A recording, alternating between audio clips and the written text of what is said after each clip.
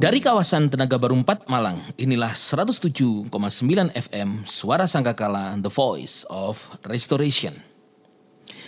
God's Beloved, berjumpa dengan saya, Pastor Kukuh, dengan program acara Dufan, Dunia Firman. Dalam Dunia Firman ini kita akan membahas tentang firman Tuhan yang ada di dalam Bible dan apa aplikasinya dalam kehidupan kita sehari-hari sebagai anak-anak Tuhan, orang percaya, dalam kehidupan yang nyata, bukan sekedar teori, tapi firman Tuhan itu hidup. Sebab the word became man, firman telah menjadi manusia, yaitu di dalam Yesus Kristus Tuhan. Hari ini saya akan sampaikan kepada God's Beloved dengan tema pengampunan hari ini. Pengampunan yang Tuhan beri kepada kita hari ini.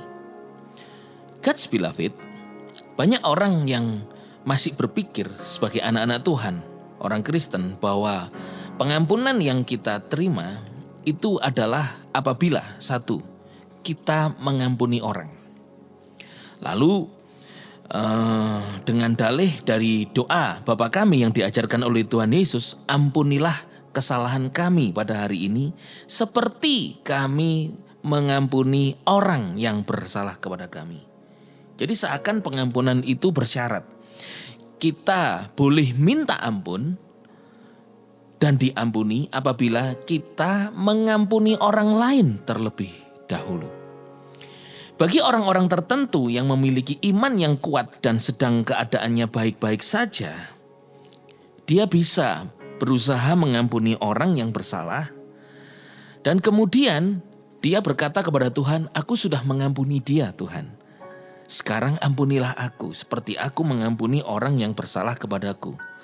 Tetapi hal ini akan sulit dilakukan oleh orang-orang yang sedang mengalami kepahitan yang besar, sedang alami kekecewaan yang dalam, sedang mengalami mereka sakit hati yang begitu luka hatinya, sehingga untuk mengampuni suaminya, istrinya, atau orang lain itu sulit sekali. Kenapa?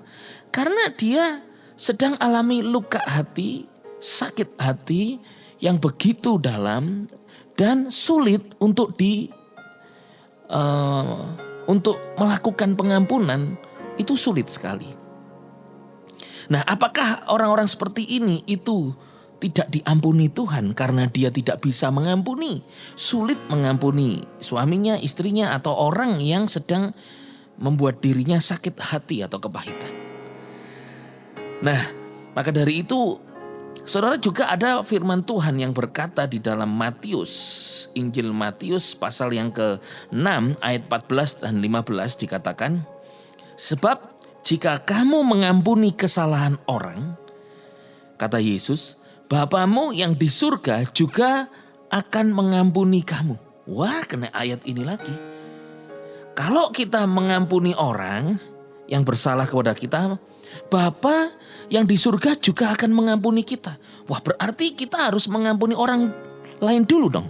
Lalu kita juga mendengar khotbah yang berkata, saudara harus mengampuni. Bila tidak, maka saudara tidak akan diampuni. Wah, tambah saudara. Diajak ke gereja bisa sulit. Ayo ke gereja. Gak bisa aku. Kenapa? Tuhan kan tidak mengampuni aku. Loh, kok begitu? Ya karena aku gak bisa mengampuni suamiku. Aku gak bisa mengampuni istriku. Aku gak bisa mengampuni orang yang sudah menyakiti aku. Sulit. Tuhan gak mengampuni aku. Buat apa aku ke gereja? Jadi sulit kan?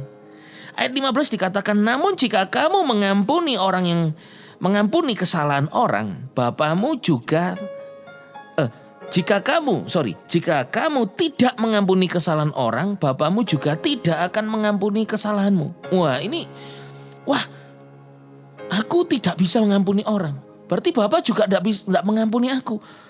Akhirnya tidak mau berdoa, tidak mau ke gereja.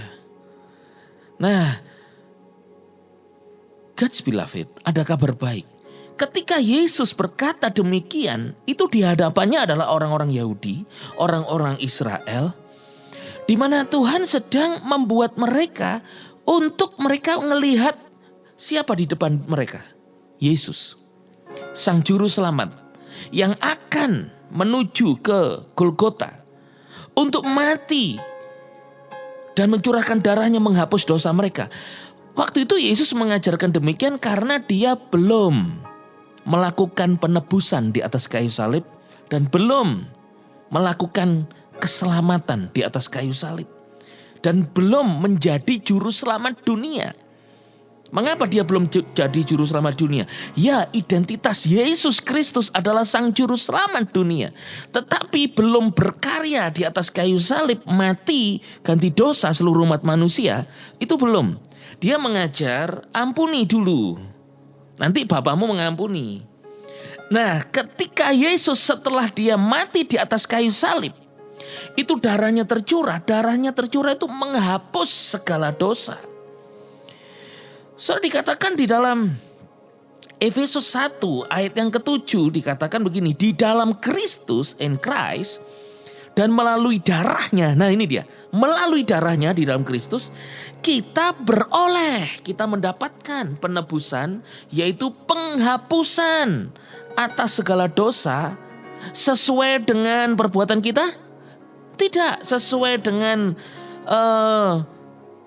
perbuatan kita mengampuni orang lain? Tidak. Tetapi sesuai dengan the riches of God's grace. Sesuai dengan kekayaan anugerahnya. Jadi sesuai dengan kekayaan anugerah Tuhan, sesuai dengan apa yang diperbuat Yesus di atas kayu salib, saya dan saudara hari ini, itu kita diberi pengampunan, kita memiliki penebusan, kita memiliki penghapusan dosa karena apa yang Kristus lakukan di atas kayu salib bagi saya, bagi saudara. Jadi hari ini saya dan saudara itu memiliki penebusan. Hari ini saya dan saudara itu memiliki penghapusan atas segala dosa kita. Karena apa yang Yesus perbuat di atas kayu salib bagi saya dan saudara. Artinya saya dan saudara itu diampuni. Artinya kita telah diampuni dan kita memiliki pengampunan. Kita diberi pengampunan cuma-cuma. Karena kita telah diampuni oleh Tuhan itu cuma-cuma. Hendaklah kita sekarang juga mengampuni orang yang bersalah kepada kita. Efesus 4 ayat yang ke-30 dikatakan, dan janganlah kamu mendukakan Roh Kudus Elohim yang olehnya kamu telah dimeteraikan hingga datangnya hari penebusan. 31, buanglah segala kepahitan, amarah, murka, keributan, umpatan, dan segala kejahatan dari antara kamu. Ayat 32, hendaklah kamu ramah terhadap yang lain, lembut hati, dan saling mengampuni, sebagaimana Elohim dalam Kristus juga telah mengampuni kamu. Jadi karena Yesus sudah mengampuni kita, berarti kita memiliki pengampunan. Berarti kita telah diampuni. Hari ini kabar baiknya, karena kita telah diberi pengampunan dan memiliki pengampunan, hendaklah kita buang segala kepahitan. Buang segala amarah, murka, keributan, umpatan, kejahatan. Hendaklah kita saling mengampuni. Karena Yesus sudah mengampuni kita. Itulah beda. Ada pemilahan.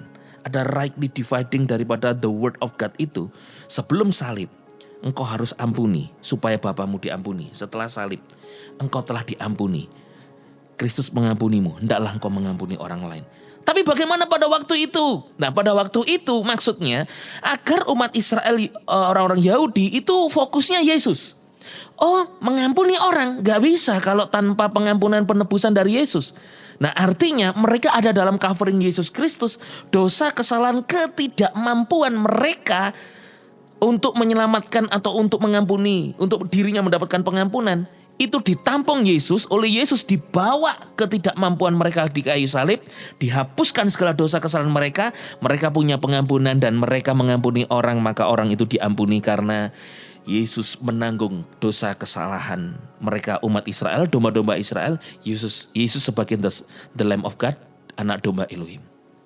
Pengampunan hari ini adalah engkau diampuni Tuhan, engkau memiliki pengampunan, hendaklah engkau ampunilah kesalahan siapapun yang bersalah kepadamu. Yesus Masiah, bless you.